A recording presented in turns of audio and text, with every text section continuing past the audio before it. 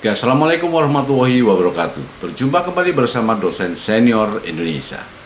Saudara, hari ini saya akan sharing kepada Anda. Saya akan membahas pertanyaan dari subscriber, yaitu, Pak, pertanyaan begini, Pak, fokus satu bisnis atau usaha palu gada? Ya, palu gada itu artinya usaha apa saja, apa yang lu mau ada. Nah, itu mana yang paling bagus? Fokus ke satu bisnis atau palu gada? Saudara, banyak yang terjadi di masyarakat. Kedua bisnis ini memiliki kelebihan dan kekurangan. Ya, tetapi yang paling bagus adalah kita harus melihat dulu mana yang paling bagus, mana ada kelebihan, mana kekurangannya. Ya, akan saya bahas satu persatu. Ya, kita coba dulu untuk bisnis yang satu tetapi fokus. Ya, kelebihannya apa? Bisnis tetapi satu saja tetapi fokus. Nah, kelebihan-kelebihan itu yang akan kita analisa. Nah, kalau kita membuat bisnis, ya, kita fokus ke satu bisnis, maka kita bisa konsentrasi 100%. Kita bisa memikirkan kendalanya, kita bisa memikirkan mulai dari awal sampai dengan akhir. Kita bisa membuat strateginya, kita bisa menganalisa di mana kendalanya, di mana kekuatan kita, ya. Dari situ kita bisa mengeluarkan konsentrasi itu dan kita bisa 100% konsentrasi.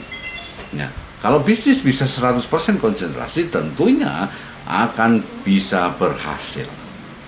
Ya. Nah, itu kelebihan pertama. Yang kedua adalah kita bisa mempelajari, kita bisa membuat analisa secara detail.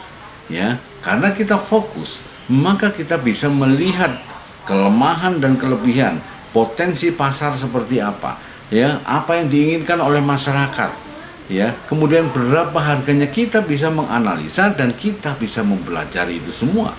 Perilaku konsumen seperti apa, mana yang lagi tren, produk apa yang sedang diminati oleh konsumen. Di situ kita bisa mempelajari dan di situ kita bisa menganalisa.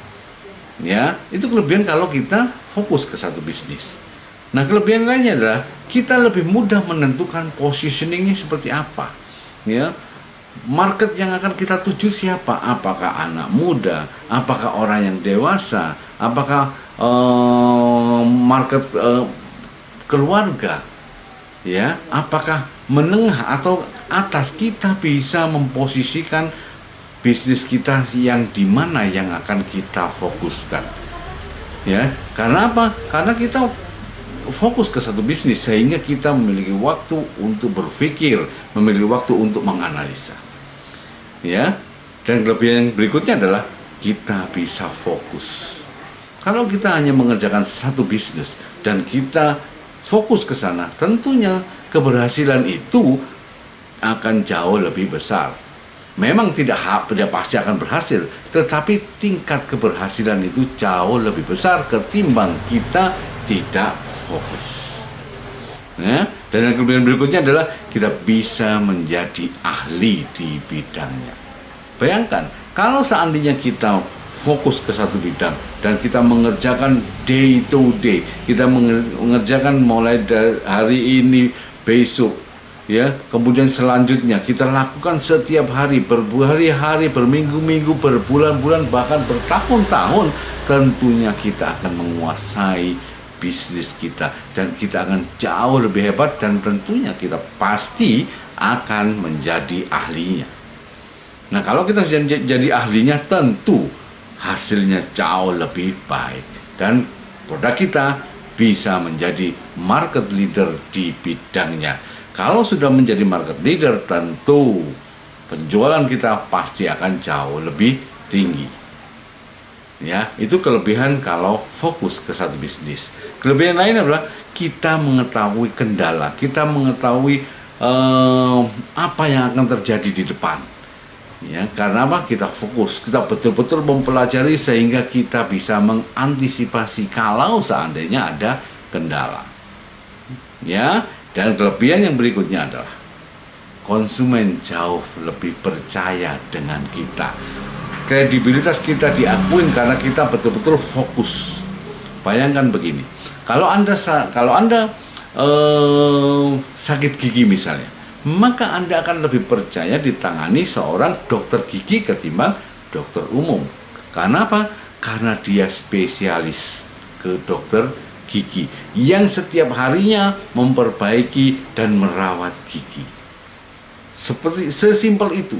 Sehingga apa? Kalau kita fokus ke satu titik, fokus ke satu bidang, tentu customer kita akan jauh lebih percaya kepada kita, dan dampaknya order dan produk kita akan diterima oleh masyarakat.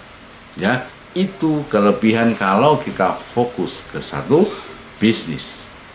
Nah, bagaimana kalau dengan kita bandingkan dengan palu gada? Pokoknya apa yang konsumen mau, saya ada, saya bisa mengadakan. Ya, nah kelebihan ini kita bisa lihat. Kelebihannya adalah kalau palu gada, marketnya lebih luas, marketnya lebih besar. Karena apa?